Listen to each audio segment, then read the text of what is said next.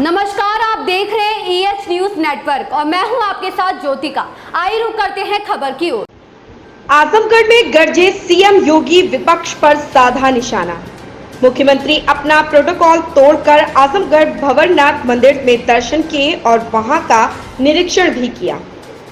साथ ही आजमगढ़ सीट पर मिली जीत के लिए यहां की जनता का आभार जताया। मुख्यमंत्री योगी अपने निर्धारित समय 11 आजमगढ़ पुलिस लाइन हेलीकॉप्टर से पहुंचे। वहां से उनका काफिला सीधे ITI ग्राउंड पहुंचा। वहां उन्होंने 143 करोड़ की 50 परियोजनाओं का लोकार्पण व शिलान्यास किया।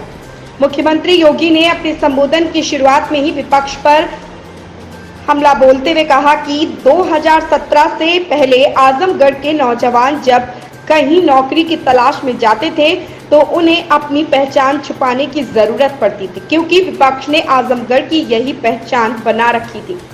लेकिन अब ऐसा नहीं रहा। अब आजमगढ़ विकास के पथ पर अग्रसर होने वाला प्रमुख जनपद है।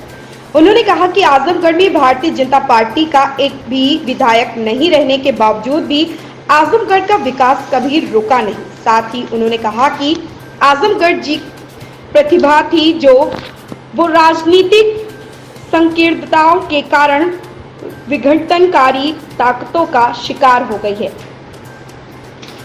उन्होंने कहा कि प्रदेश की 1,61,000 नौजवानों को नौकरी से जोड़ा गया है और साथ ही स्नातक और परास्नातक के छात्रों को नई तकनीकी के जोड़ने का काम किया जाएगा और उन्हें लैपटॉप और टैबलेट जैसे उपकरणों को वितरण किया जाएगा।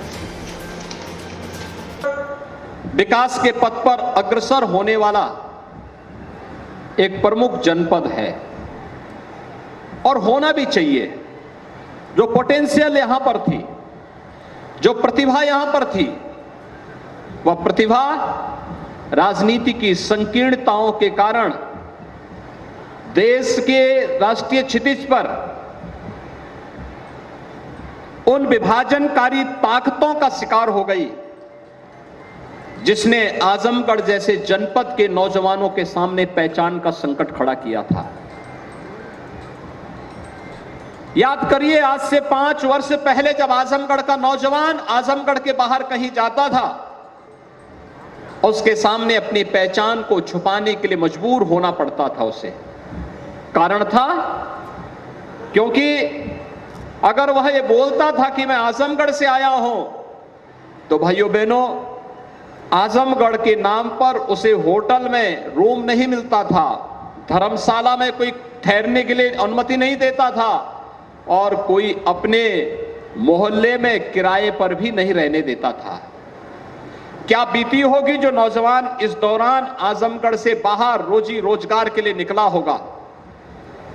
लेकिन आपने इस धारणा को बदलने के लिए जो प्रधानमंत्री मोदी जी ने एक भारत श्रेष्ठ भारत के अभियान को आगे बढ़ाने का कार्यक्रम किया और उत्तर प्रदेश के अंदर भारतीय जनता पार्टी की जब सरकार 2017 में बनी, तो सरकार बनने के बाद जो अनेक प्रकार के कार्यक्रम हम लोगों ने प्रदेश के लिए तय किए थे, आजमगढ़ के अंदर भले ही हमारा विधायक न बना हो, भले ही हमारे सांसद न जीते हो, हमने लोकसभा चुनाव में भी आजमगढ़ की भी और लालगंज की भी सीट हम लोग हारे थे, लेकिन हमने आजमगढ़ के विकास को अवरुद्ध नहीं होने दिया। पूर्वांचल एक्सप्रेस वे प्रधानमंत्री मोदी जी ने इसी आजमगढ़ में आकर के जुलाई 2018 में उसका शिलान्यास किया था और आज पूर्वांचल एक्सप्रेस वे ने आजमगढ़ के विकास को एक नई गति दे दी है। अब यहां से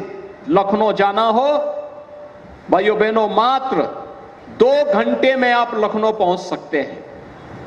आपको दिल्ली जाना हो तो पूर्वांचल एक्सप्रेसवे से लखनऊ, आगरा एक्सप्रेसवे और यमुना एक्सप्रेसवे पकड़ करके। इस खबर में इतना ही। मिलते हैं दूसरी खबर में EH न्यूज नेटवर्क के साथ।